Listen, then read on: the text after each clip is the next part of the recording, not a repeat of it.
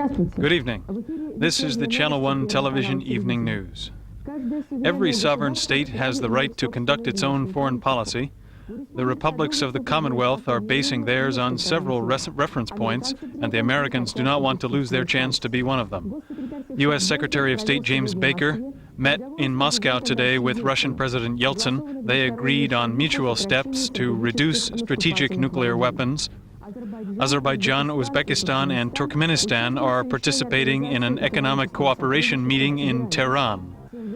At the same time, the war in Nagorno-Karabakh continues. The city of Shusha came under fire again. Russia offers to mediate the conflict. In the news today, Pavel Voshanov has resigned as Russian president's press secretary, not for political reasons. In Latvia today, the publishing of newspapers and magazines stopped. The Winter Olympics in Albertville, our team wins the gold medal in women's cross-country relay. Now 30 minutes of news and information. The foreign policy of the Commonwealth countries has several reference points. The priority one, however, is relations with the United States. And the Americans are still very interested in this 1/6 of the world's surface. U.S. Secretary of State James Baker, on the eve of his departure for the CIS, told the Senate, "We should use this chance of a century to enhance our influence in the region." Having been to Central Asia, Moldova, Armenia, and Azerbaijan, today James Baker arrived in Moscow. Baker's arrival in Moscow was met with good news. The American representatives noted with satisfaction that the former Soviet republics are dismantling their tactical nuclear weapons earlier than expected. But the question of strategic nuclear weapons, the speed of reductions could be limited by the position of the Americans themselves. President Yeltsin has proposed to reduce the number of these weapons to 2,500 warheads per each side, but Washington is not interested in this and proposes to leave the level at 4,700 warheads. According to reports, the Pentagon is opposed to the further cuts and says that America should not reject its strategic security forces so quickly. It is unclear how far the United States wants to go down the road of disarmament. The Americans are still very unclear about our proposals. When Yeltsin made his new initiatives, he said that he had the approval of the other republics, but these others, Ukraine and Kazakhstan, have declared that Russia does not act in their name. It seems that the same thing is happening with the Russian idea for a global security system. The American magazine Aviation Week and Space Technology reports that representatives of the former Central Asian republics are interested in such a system as an anti-missile defense of their southern borders.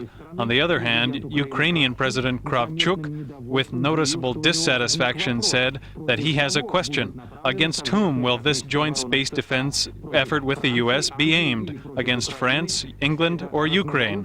All of this disagreement has caused confusion among politicians in Washington. Some have then said that the new initiatives are interesting but give no answer to the main question. Is this the doctrine of Russia or the Commonwealth? And it's apparent that in today's conditions, answers to such questions have to be found not in Moscow, but in the other capitals of the former Soviet republics. Today, James Baker met with Boris Yeltsin. They held a press conference after their negotiations. It's being prepared for broadcast and will be shown a little later.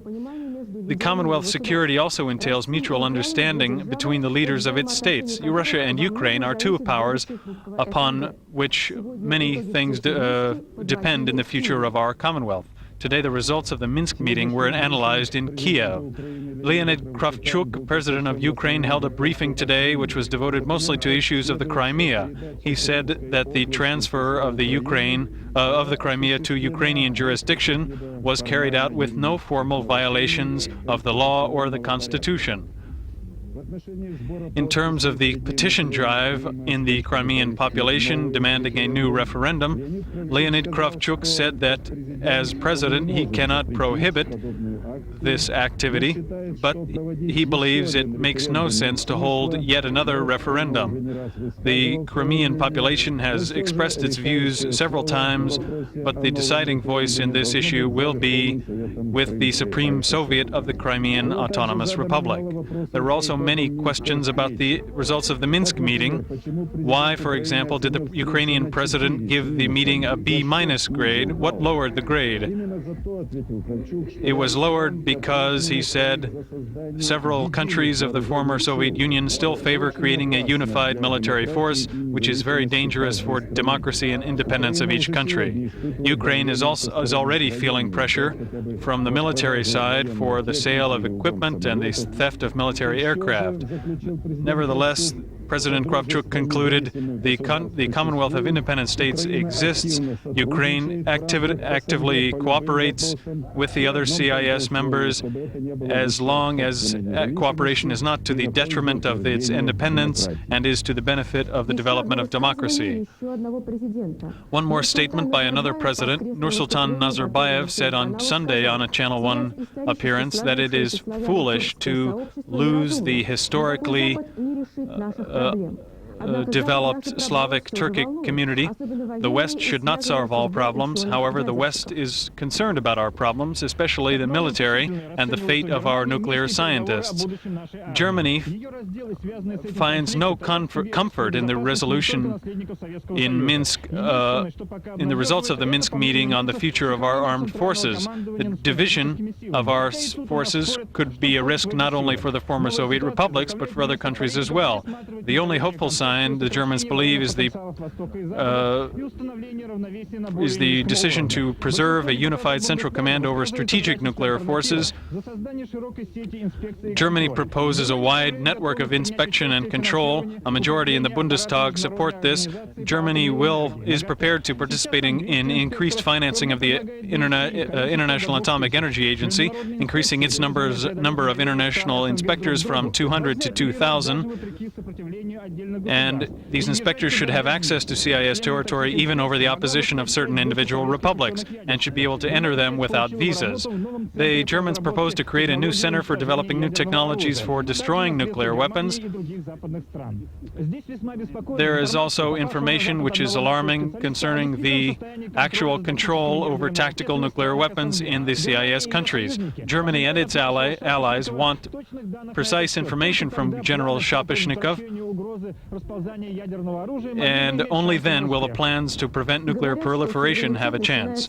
They say that sovereignty begins with borders and customs. Therefore, in recent times, the republics are giving greater attention to the work of their customs services. Can you tell us, please, what is the principle on which the laws on customs between the states of the CIS will act? Everything depends on the agreements that we make. The first thing are those states which have already erected customs posts, the Baltic states, and the customs policy toward these states will be the same as with any other foreign country. The second direction of customs policy, if we are able to, is to conclude a customs union, which will be a unified economic space. This will be a unified customs tariff and unified customs rules. So there would be no customs barriers between us at all. And the third direction relates to countries of the CIS which will not sign the customs union, do not join the customs union. Are there any new directions, new policies on policy toward individuals entering and exiting the Commonwealth? Yes, definitely. The first one is the presidential order on free trade, which practically repeals all customs duties from individuals crossing state borders. We will now give most of our attention to contraband, weapons, narcotics, and articles of art and antiquity. Today, at a seminar in the Russian Parliament, the question was discussed of the stabilization of the financial and currency situation in Russia in market conditions. Before his interview to Central Television, Yegor Gaidar expressed confidence that demand for the ruble will grow and prices will stabilize, but this is the future. Now, reports are the economic situation is increasingly unstable. Railroad workers in Minsk and Orsh are promising to go on strike. If their demands are not met, the railroad workers want a doubling of their salary. Similar demands are being made by the oil workers of Inta and Vorkuta. Our correspondent in Komi, Yevgeny Kuznetsov, reports that the strike planned for today has been delayed. The rail workers of Inta and Vorkuta, along with the bus drivers and oil workers of that area, are negotiating with representatives of the Russian government. A tragic event has happened in the central Donbass area at the Gagarin mine. Our correspondent reports. After an explosion, flames continued to burn uncontrolled for a week underground. 18 people were burned. The Ukrainian government and the miners' union were trying to find medical care for them, but here in this burn center, the only